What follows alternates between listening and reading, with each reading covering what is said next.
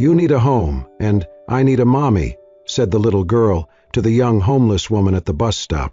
The small voice rang out like a whisper between snowflakes. Elliot Monroe spun around, startled, phone still pressed to his ear. His 4-year-old daughter, Lila, stood in front of a bus stop bench, her mittened hands resting gently on the lap of a young woman wrapped in a tattered coat. The woman didn't move. Her eyes, pale blue and exhausted, blinked slowly.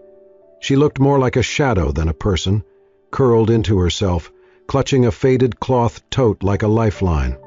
Snow clung to the golden strands of her messy hair, and her lips were slightly parted as she tried to catch her breath. Lila reached out, placing a bear-shaped cookie in her lap with tender care. "You can live with us," she said, with the pure conviction only a child could muster. "Lila!" Elliot rushed over, ending the call and pulling his daughter back instinctively. He knelt beside her and looked up at the woman, scanning her with practiced caution. "Miss, what are you doing with my daughter?" The woman slowly raised her hands, palms open. "Nothing. I didn't touch her. She just came over." Her voice was hoarse but steady. Elliot narrowed his eyes. The woman's skin was flushed, too red in the wrong places, her mouth slightly blue from the cold. A quiet shiver ran through her limbs as she clutched the tote tighter. "I didn't ask for anything," she said, lowering her gaze. "But thank you for having such a kind child." Elliot's chest tightened. Lila looked up at him, confused but not afraid. "She gave her cookie to a cat first," Lila added matter-of-factly. He followed her gesture and saw it, half a torn bread roll in the snow near the bench, where a scrawny, trembling cat now pawed at the crumbs. The other half was clearly gone. Elliot glanced back at the woman. She hadn't begged. She hadn't spoken first. And yet something about her silence felt louder than anything he had heard all day. "I think we should go," he muttered. He took Lila's hand and turned to leave. Behind him, he heard the woman shift. She was trying to stand, slowly, carefully, like she did not want to make trouble. But her knees buckled. She stumbled sideways, colliding hard with the icy metal post of the bus stop shelter before crumpling to the ground. Elliot turned just in time to see her fall. "Dad!" Lila cried, tugging at his coat. Elliot ran to her side. "Miss? Can you hear me?" No response. He crouched down, pressing 2 fingers gently against her neck. Her pulse was there, but weak. Her forehead was slick with sweat, burning hot even as her skin was ice cold. He saw a scrape on her hand, raw and red. Her breathing was shallow, lips pale and cracked. This woman was sick. He looked around. No cars passing, no one nearby, no time to wait for help. Without hesitation, Elliot scooped her up. She was shockingly light. Her coat opened slightly as he lifted her, revealing torn sleeves and bruised arms. She didn't resist, only whimpered softly against his chest. "Let's go, Lila," he said, voice low and urgent. "Is she going to die?" Lila asked, eyes wide. "Not if we get her warm." They moved quickly, snow crunching underfoot. Elliot's house wasn't far, 3 blocks at most, but every step felt heavier.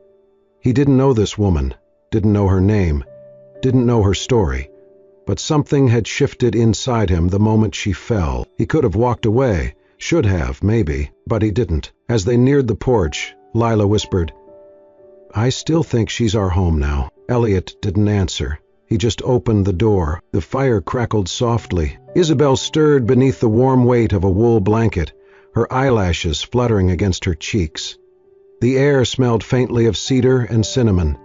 As she opened her eyes, the room slowly came into focus, the soft amber glow of a fireplace, polished wood floors, a tall bookshelf filled with architectural books, and the faint hum of something cooking from a nearby kitchen. She was on a long sofa, a pillow behind her head.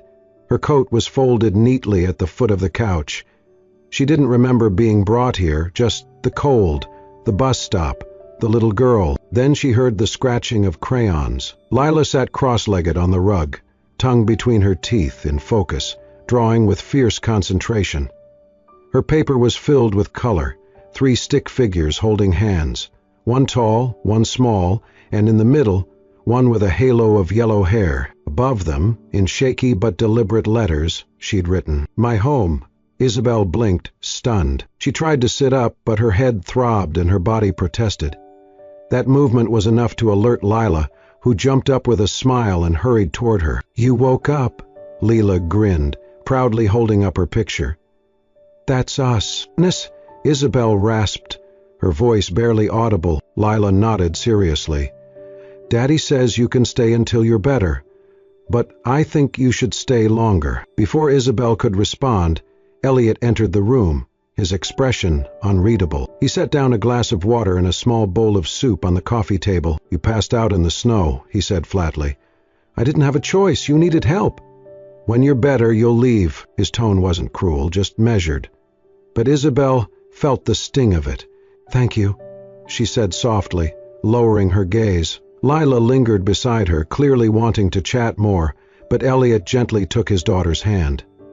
Let her rest. The rest of the day passed quietly. At dinner, Isabel insisted on sitting at the breakfast bar, separate from Elliot and Lila's usual spot. She ate slowly, politely, careful not to ask for anything more than what was offered. When Elliot wasn't looking, she smiled at Lila's chatter about school, her princess costume, and her plan to build a snow bakery in the backyard. But she kept her eyes down whenever Elliot glanced her way. Later, as she helped clear the dishes, she reached for a tray of cups. The loose sleeve of her sweater slipped down her forearm. Elliot's eyes caught something. A long scar, raised and jagged, ran across her wrist, almost hidden by years of faded skin. He said nothing, but the image etched itself into his mind. That night, long after the house had gone quiet, Elliot lay awake, reading in bed. Then he heard it. A soft sound from the living room. A groan, muffled and pained. He slipped out of bed and walked barefoot to the couch. Isabel was curled into herself, eyes tightly shut, her face pale and clammy. She whimpered again, almost soundlessly. Elliot hesitated, then picked up the phone. An hour later, a private physician arrived. The woman barely woke as the doctor examined her. "She's severely dehydrated. Fever of 102, the doctor murmured. "She needs fluids, rest, and warmth." The doctor paused, looking at Elliot. "Does she have insurance? Any next of kin we can notify?" Isabel stirred weakly, her voice breaking as she mumbled, "No one. There's no one who needs to know if I'm alive or not." Her words hung in the air like frost on glass. The doctor didn't press. He finished up, left instructions, and departed into the snowy night. Elliot stood there for a long time, watching her sleep. He didn't know her story, but he knew pain when he saw it. He'd seen that same expression in the mirror years ago, when the hospital had called about his wife, and he was left with a newborn, and a silence too loud to bear. Before going back upstairs, Elliot walked into the kitchen. The next morning, Isabel woke to sunlight filtering through the curtains. Her head still throbbed, but the fever had lessened. She blinked as she noticed a steaming mug on the table beside her. The scent of ginger and honey rose from the tea, and beneath the mug, a small folded napkin. She opened it. "You're not invisible." The handwriting was neat, measured. Her lips trembled. For the first time in what felt like years, someone had seen her, really seen her. The next morning, the house smelled of thyme and ginger. Isabel moved quietly through the kitchen, her golden hair loosely tied, sleeves rolled up. She had insisted on helping. "Just let me contribute," she had said softly. "I feel better when I'm useful." Elliot had not argued. Now she stood at the stove, stirring a pot of soup made from leftover vegetables. The kitchen looked different with her in it, warmer. Lila sat at the table, humming as she colored. Elliot walked in, laptop under his arm. "That smells familiar." Isabel glanced back with a faint smile. "Just something simple. I learned it from a retired couple I stayed with in Queens. They taught me how to turn scraps into comfort." He took a spoonful, froze. It tasted exactly like the soup his wife used to make. Rosemary, pepper, and a soft, lingering sweetness he could never name. He looked up at Isabel. She was calm, unaware of the tidal wave inside him. Present, like this was normal, like she belonged. But something pulled at him. Not quite mistrust, more like a reflex. Years of protecting Lila. Years of surviving through logic, not feeling. That night, after Lila had gone to bed, he searched. It did not take long. The headline was second on the list: a promising fashion student, accused of stealing designs from NY Showcase. There was a photo. Isabel. Younger, polished, bright-eyed, accused but not convicted. Still, her name had been enough to ruin her. Elliot leaned back, the glow of the screen painting sharp lines across his face. He wanted to believe she was the woman he'd begun to see, but the doubt crept in like cold under a door. The next day, he caught her in the hallway. "Something on your mind?" she asked. He hesitated. "Can I ask you something?" "Of course." He showed her the article. She stared for a moment, then looked up, not surprised. "Just tired." "That's me," she said. "Did you?" "No," she cut in gently. "I didn't." Silence. She crossed her arms. "People believed I did. Sponsors pulled out. My landlord raised the rent. My friends vanished. And the guy I trusted? He had already emptied my account." Elliot stayed quiet. She let out a humorless laugh. "I figured you'd look me up. You seem like someone who does not like loose ends." He flinched. She was right. She turned away. "I didn't steal anything. That design was mine. But after a while, people didn't want the truth. They just wanted someone to blame." Then she looked at him. "So, tell me, do you believe me?" He opened his mouth, closed it, hesitated. That was all she needed. "Thanks," she said softly, "for your honesty." She walked back to the guest room and began to gather her things. When Lila saw her at the door, her eyes widened. "You're leaving?" Isabel knelt down. "I have to, sweetheart." Lila held out her stuffed bear, Teddy. "So, you won't be alone?" Isabel's eyes filled. She hugged the bear, then the little girl, long and tight. Elliot stood by the stairs, frozen, watching his daughter cling to a woman she had known for days, but trusted like family, broke something inside him. Isabel didn't say goodbye. She kissed Lila's forehead, opened the door, and disappeared into the evening. That night, Elliot tried to work, tried to sleep, but Lila wouldn't rest. "She didn't even say goodbye," she whispered. "I know," Elliot murmured, kneeling beside her bed. "She was our family." Elliot's voice caught. "She was someone special." Lila pointed to her drawing taped to the wall. 3 figures, arms wrapped around each other.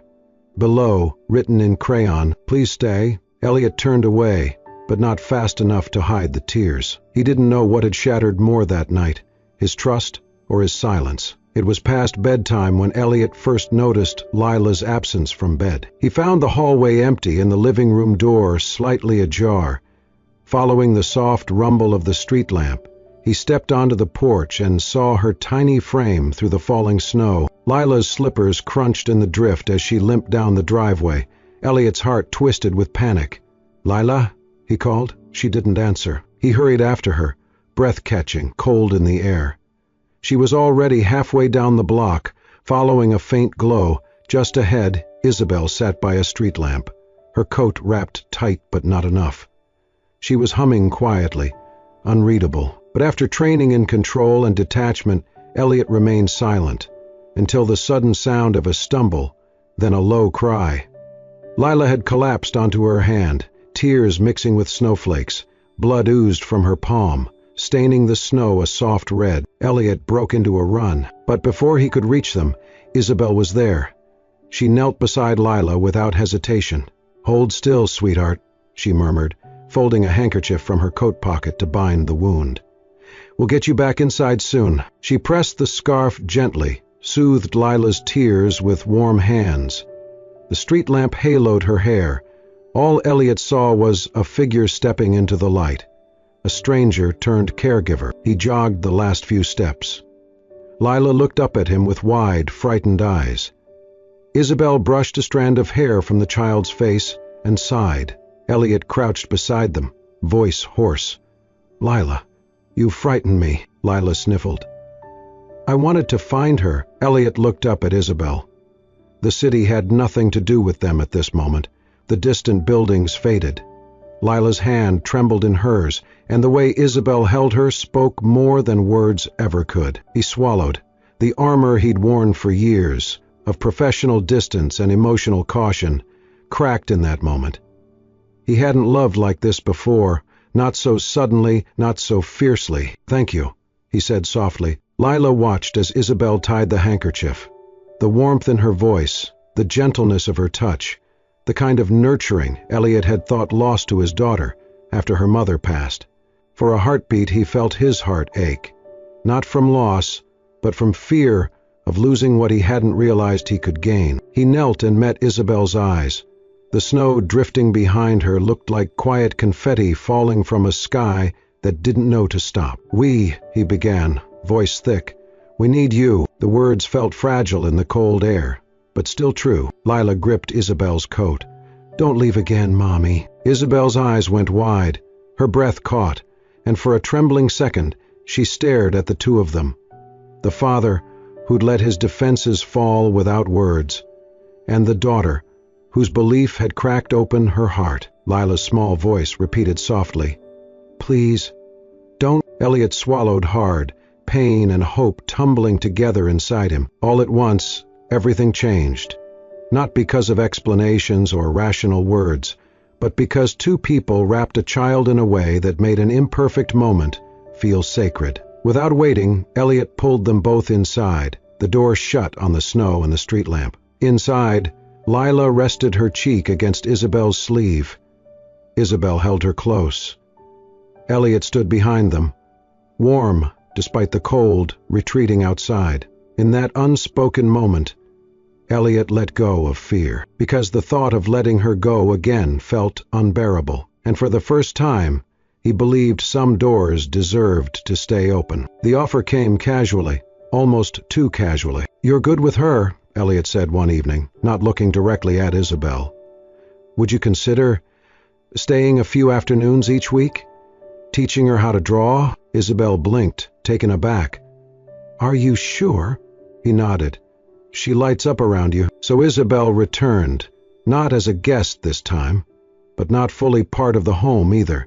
Somewhere in between, a warm presence in the kitchen, a soft voice during stories, fingers smudged with charcoal and flour as the days passed gently by. One Saturday afternoon, they gathered in the kitchen to bake. Lila, perched on her stool, wore an apron that hung nearly to her ankles. Flour dusted her nose. "We need extra sugar, Mommy," she chirped without realizing, and Isabel froze. But Elliot only glanced up. He said nothing. Isabel smiled faintly and kept stirring. After the cookies were in the oven, Lila pulled out her markers and paper. She sketched 3 hands, one large, one slender, and one tiny, all overlapping in the center of a sun. She scribbled the words in careful block letters. "This is love." Elliot looked at it, and something inside his chest cracked open just a little more. Later, after Lila had fallen asleep, the house took on a quiet rhythm, like a held breath. The fireplace glowed low. Isabel sat curled on the couch, her hands around a mug Elliot had placed in front of her minutes earlier. "You've made this place lighter," he said quietly, taking the seat across from her. She smiled but looked away.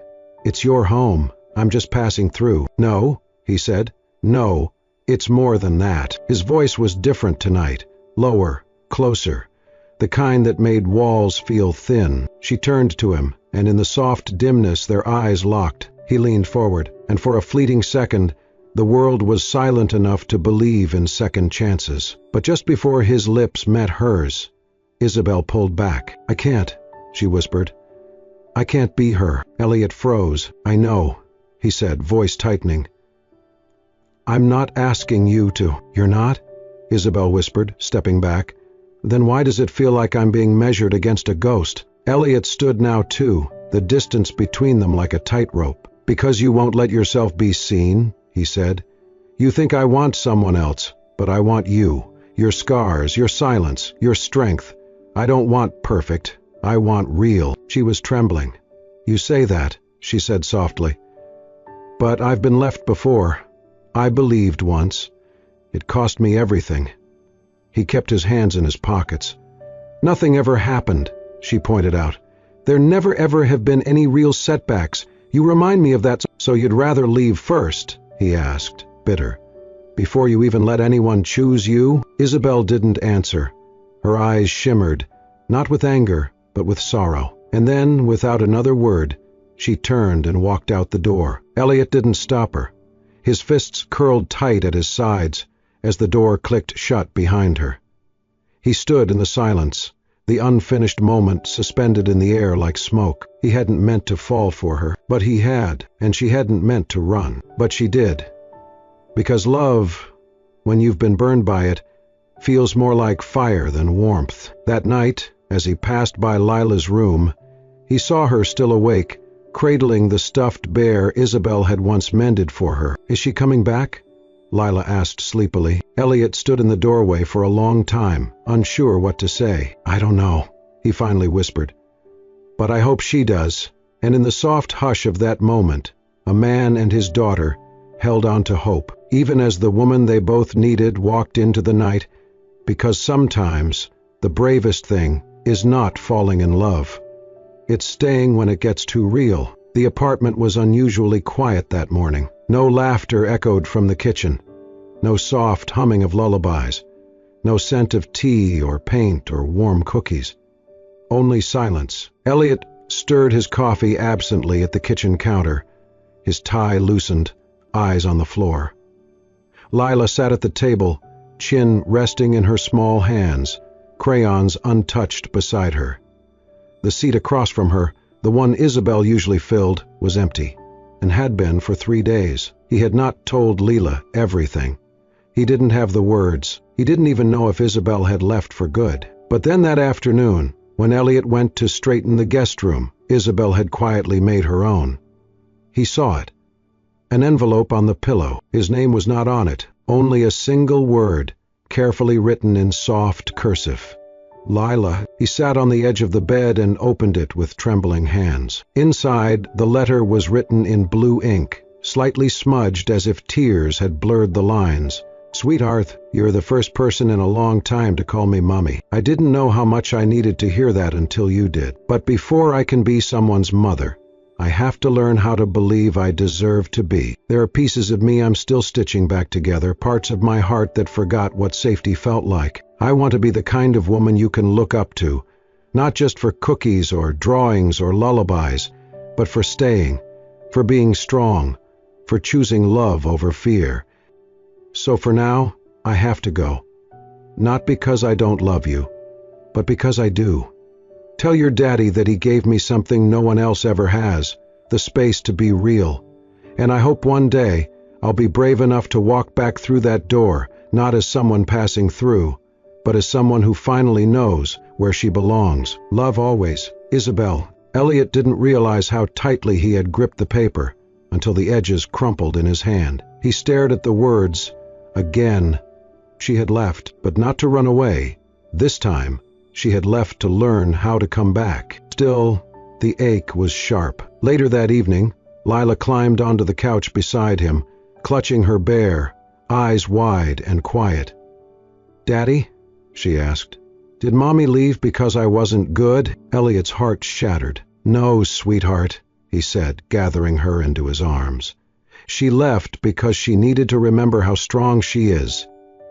Lila pressed her face into his shirt.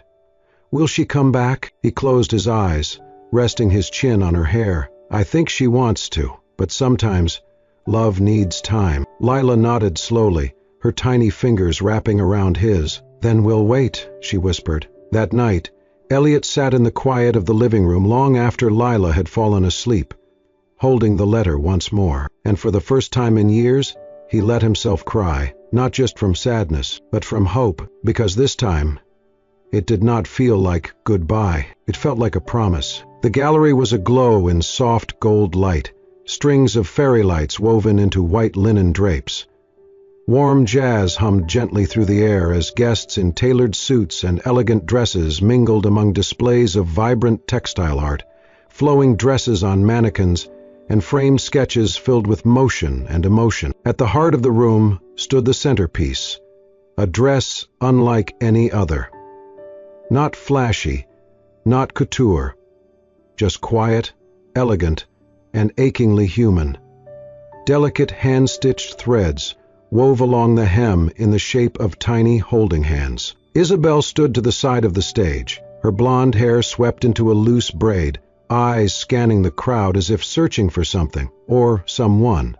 She had done it. After months of rebuilding her name, her career, and her courage, she was here, presenting her first official collection as lead designer at a charity fashion gala, supporting women in need. But even surrounded by praise, applause, and flashbulbs, something was missing. Her eyes flicked toward the small wooden stage at the end of the room, where the final speaker was being introduced. "And now," the host said with a warm smile, "we have a very special reading by a very special little girl." Gasps of gentle delight rippled through the audience as Lila Monroe walked onto the stage, dressed in a soft pink dress with hand-embroidered daisies, holding a crumpled piece of paper in both hands.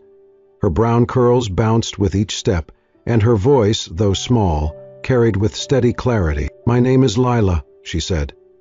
"I once had just a daddy. He's very smart and serious and makes the best waffles. But sometimes he was sad." She paused, looking directly at Isabel. "Then one day, we met someone. She had cold hands but a warm heart, and she didn't laugh at me when I called her Mommy." A hush fell over the room. She didn't stay long, but she left pieces of herself with us, like songs, and hugs, and soup that tastes like love. Isabel covered her mouth, tears already slipping past her lashes. Lila unfolded her paper and continued, voice trembling now. "So this is my poem. Home is not the walls around me, or the pillows on my bed. Home is when she sang to me and kissed my sleepy head. Home is where my daddy smiles and holds her hand so tight. Home is where my mommy is, and maybe that is tonight." The applause was gentle, reverent. Isabel was frozen. She barely felt the crowd watching her as she stepped forward, slowly. And then she saw him, Elliot, emerging from the side of the room, holding something carefully in his hands. A wooden frame. Inside it, behind clear glass, was the silk scarf she had wrapped around Lila that first snowy night. The scarf that had absorbed more than warmth. It had absorbed the moment everything changed. He stopped in front of her and held it out. "I framed the day I met you," he said, voice low, eyes shining. "That's when home returned." She stared at the scarf, at his hands, and then up at him. "I thought I left too much damage behind to ever deserve a future," she whispered. He whispered, "And I thought keeping people away would protect what little I had left," Elliot replied. "But it turns out, letting you in gave us more." Her lip trembled. "I kept something too," she said softly, reaching into the inner pocket of her coat. She pulled out a folded piece of paper, creased, slightly torn at the edges. Elliot recognized it instantly. The note he had left beside her teacup that first night. "You're not invisible." She unfolded it gently and held it out. "You were the first to see me again. Not the headlines, not the mistakes, just me." He nodded, stepping closer. "I want to see all of you, without fear, without running." Isabel looked over to the stage where Lila waited, hope stretched across her face. Isabel's voice cracked as she whispered, "Then I think I'd like to come home." Lila leapt from the stage and barreled into Isabel's arms, her laughter ringing like music. The crowd erupted into warm applause, not for fashion or fame, but for something more rare, for family found and chosen. The morning light spilled softly through the kitchen window, painting golden streaks across the wooden floor. A gentle sizzle echoed from the counter where Lila stood on a small step stool, pressing the edge of a cookie cutter into a sheet of buttery dough. Isabel stood beside her, sleeves rolled up, flour dusting her cheeks like powdered snow. "Do not forget the hearts," Lila reminded seriously. "Hearts mean love." "Of course," Isabel replied, smiling. "How could I forget the most important shape?" In the doorway, Elliot leaned against the frame, arms crossed, quietly watching the two girls, one by birth, one by heart. There was something sacred in the way they moved together now. No tension, no wondering, just ease, just presence. as if the pieces of a once-broken puzzle had finally clicked into place. He walked in slowly, placed his hands on both their backs, and kissed the crown of Lila's head, then Isabel's. "You know," he murmured, "this is the first morning in years I didn't wake up feeling like something was missing." Isabel glanced up at him, soft and unguarded. On the counter nearby lay a small card, handwritten in delicate script. He picked it up. "Let's learn to stay." Isabel, his throat tightened. In this house, where everything had once felt too silent, too sterile, there was now music again, even if it was only laughter and the clatter of spoons. Later that morning, Elliot led them through the hallway toward a room they had passed many times but never opened.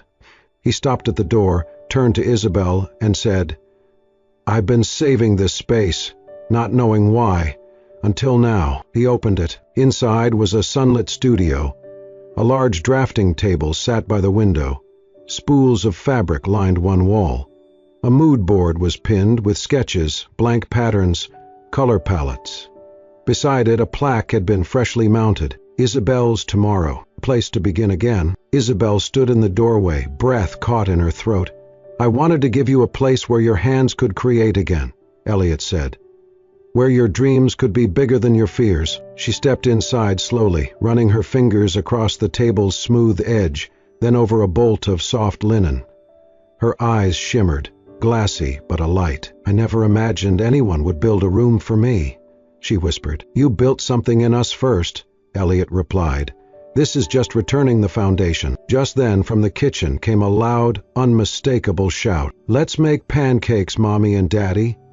They turned to the sound of Lila's voice echoing down the hallway. Elliot laughed, the kind of laugh that only comes when the heart has finally settled. "I guess that's our cue," he said, reaching out his hand. Isabel took it. Together, they walked back into the kitchen, where the table was set with mismatched plates, a small mountain of butter cookies in the middle, and a jug of orange juice, slightly tilted on a tea towel. Lila was already pouring syrup into a smiley-face pancake mold. "This one's for Mommy," she declared. As they sat down, the room swelled with the scent of cinnamon and vanilla.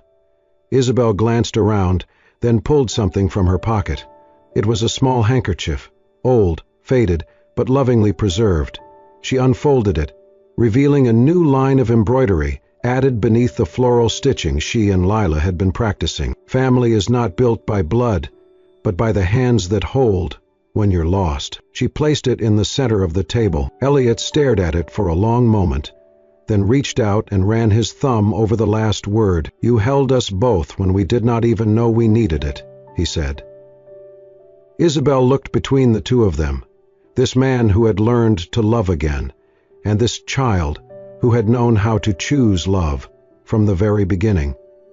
She smiled, not with sadness or hesitation this time, but with certainty. They had not found perfection, but they had found home. And sometimes that was the far greater miracle. Sometimes the family we find is the one that finds us first. A little girl's innocent words, a man's silent grief, and a woman who thought she had nothing left to offer. Together they built something no storm could ever take away. Not a perfect life, but a real one. A home born not from walls, but from the hands that held on.